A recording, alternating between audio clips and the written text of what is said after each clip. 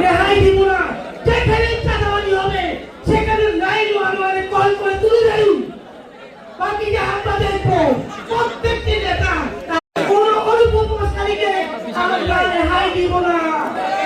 ওয়ানে ওয়ানে আমরা নাম লিস্ট করছি ভাইয়েরা, আমরা আপনাদেরকে খবর দিলে তোদের সব নষ্ট হয়ে যায়। আজকে আমি বলতে বাধ্য হয়েছি কিছু অনুপ্রবেশকারী 5 আগস্টের পরে আসা কিছু আওয়ামী লীগের লোককে ভাড়া করে দল ফাঁড়ি করে দলের সম্মান নষ্ট করছে। নোমান ভাই কর্মীদেরকে ভালোবাসতে শিখিয়েছিল, কিভাবে কর্মীদেরকে ভালোবাসা যায় সেটা নোমান ভাই থেকে আমরা শিখেছি। আমি তো নোমান ভাই বাসায় আমরা বসতে বসতে রাত 3টা মধ্যে বেজে গেছে। তো নোমান ভাই প্রথমে যে কথাটা জিজ্ঞেস করছে তোমার আমরা রেখেছিলাম। নোমান ভাই বললো তোমার ভাবি নাই ফ্রিজে বাজার আছে আমি নামিয়ে দিচ্ছি, তোমার রান্না করে খাও।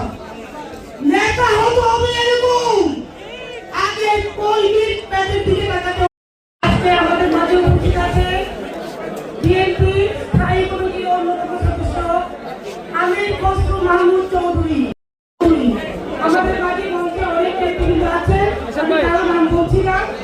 আজকে সভাপতি আমাদের বিএনপির আহ্বায়ক কাসেমুল্লাহ সম্পাদক নাদিম ভাই, আমাদের সাথে অভিজ্ঞ বিভিন্ন